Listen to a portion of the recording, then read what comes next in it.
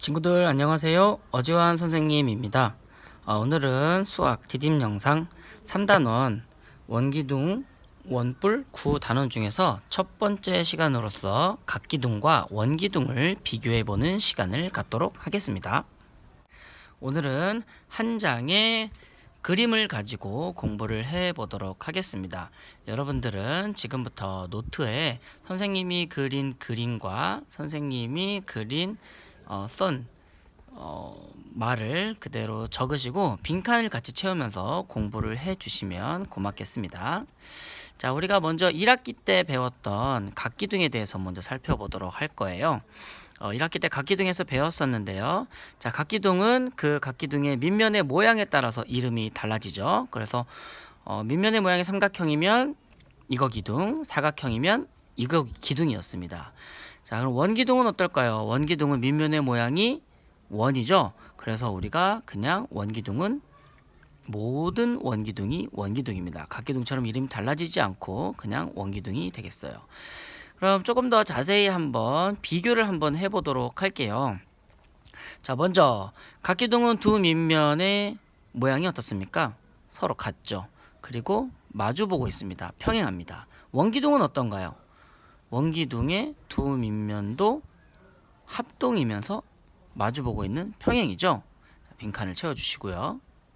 자, 그럼 밑면의 모양은 어떤가요? 아까 처음에 이름을 얘기하면서 얘기했었는데, 자, 각기둥의 밑면의 모양은 다각형입니다. 삼각형, 사각형, 오각형 이런 걸 다각형이라고 부르거든요.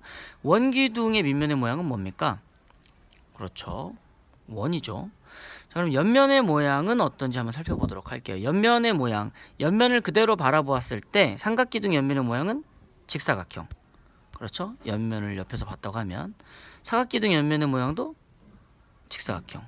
원기둥은 어떤가요? 원기둥, 우리가 휴지심이나 뭐 건물에 있는 둥근 기둥 같은 걸 옆에서 보면 무슨 모양입니까?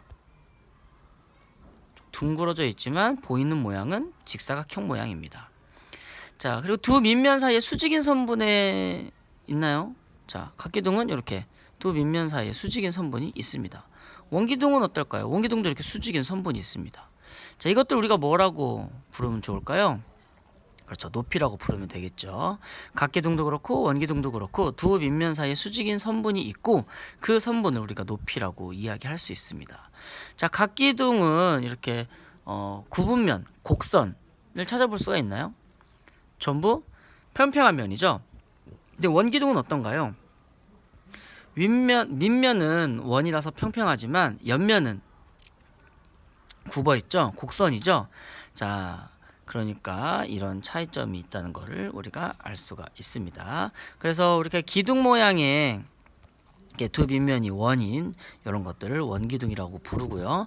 다른 것들 각기둥의 조건과 마찬가지로 두 밑면이 합동평행 뭐 이런 조건들은 모두 동일합니다. 자, 그럼 이 각기둥과 원기둥을 한번 펼쳐 볼게요. 이렇게 펼친 그림을 뭐라고 하죠? 전개했다. 그래서 전개도라고 부르는데요. 자, 삼각기둥을 펼치면 이런 전개도가 나오고요. 사각기둥은 이런 전개도, 원기둥은 이런 전개도가 나옵니다. 그럼 또 두 가지를 한번 비교해 보도록 할게요.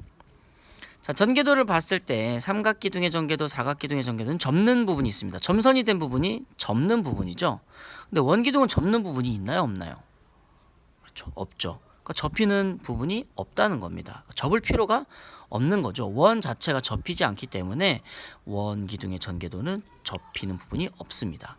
자, 옆면의 펼친 모양, 전체 모양을 한번 볼게요. 삼각기둥, 자, 위아래 밑면 삼각형을 빼고 보면 옆면은 좌우로 긴 직사각형이죠.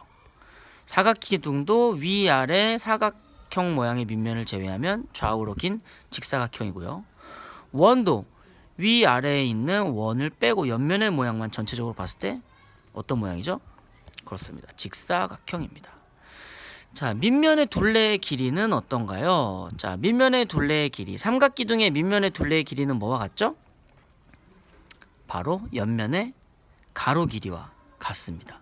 사각기둥도 밑면의 둘레, 위에 붙어있는 조그만 사각형의 둘레의 길이는 옆면의 가로 길이와 같습니다. 원기둥은 어떤가요? 원 둘레의 길이는 뭐와 같을까요? 그렇죠. 바로 옆면의 둘레 길이와 같습니다. 그래서 우리가 옆면의 가로 길이를 알고 싶으면 밑면의 둘레를 구하면 되겠죠.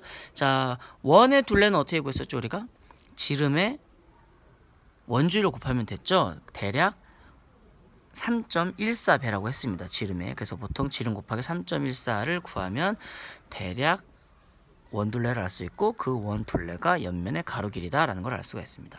옆면의 세로 길이는 어떤가요? 우리 아까 봤었는데요. 자, 위아래 밑면의 수직인 두 선분 뭐였죠?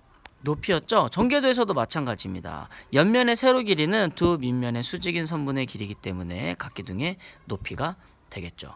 자, 이렇게 하면 우리가 밑면의 둘레와 높이를 가지고 옆면의 넓이도 구할 수가 있겠습니다. 자, 오늘은 이렇게 해서 각기둥과 원기둥 그리고 각기둥과 원기둥의 전개도에 대해서 비교하면서 공부를 해보았고요. 자, 아직 못 쓴 친구들이 있다면 지금 정지시켜 놓으시고 선생님 설명을 다시 한번 머릿속으로 생각하거나 뒤로 돌려보시면서 빈칸을 채우면서 공부하고 학교에서 더 자세히 알아보면 좋겠습니다. 수고했습니다.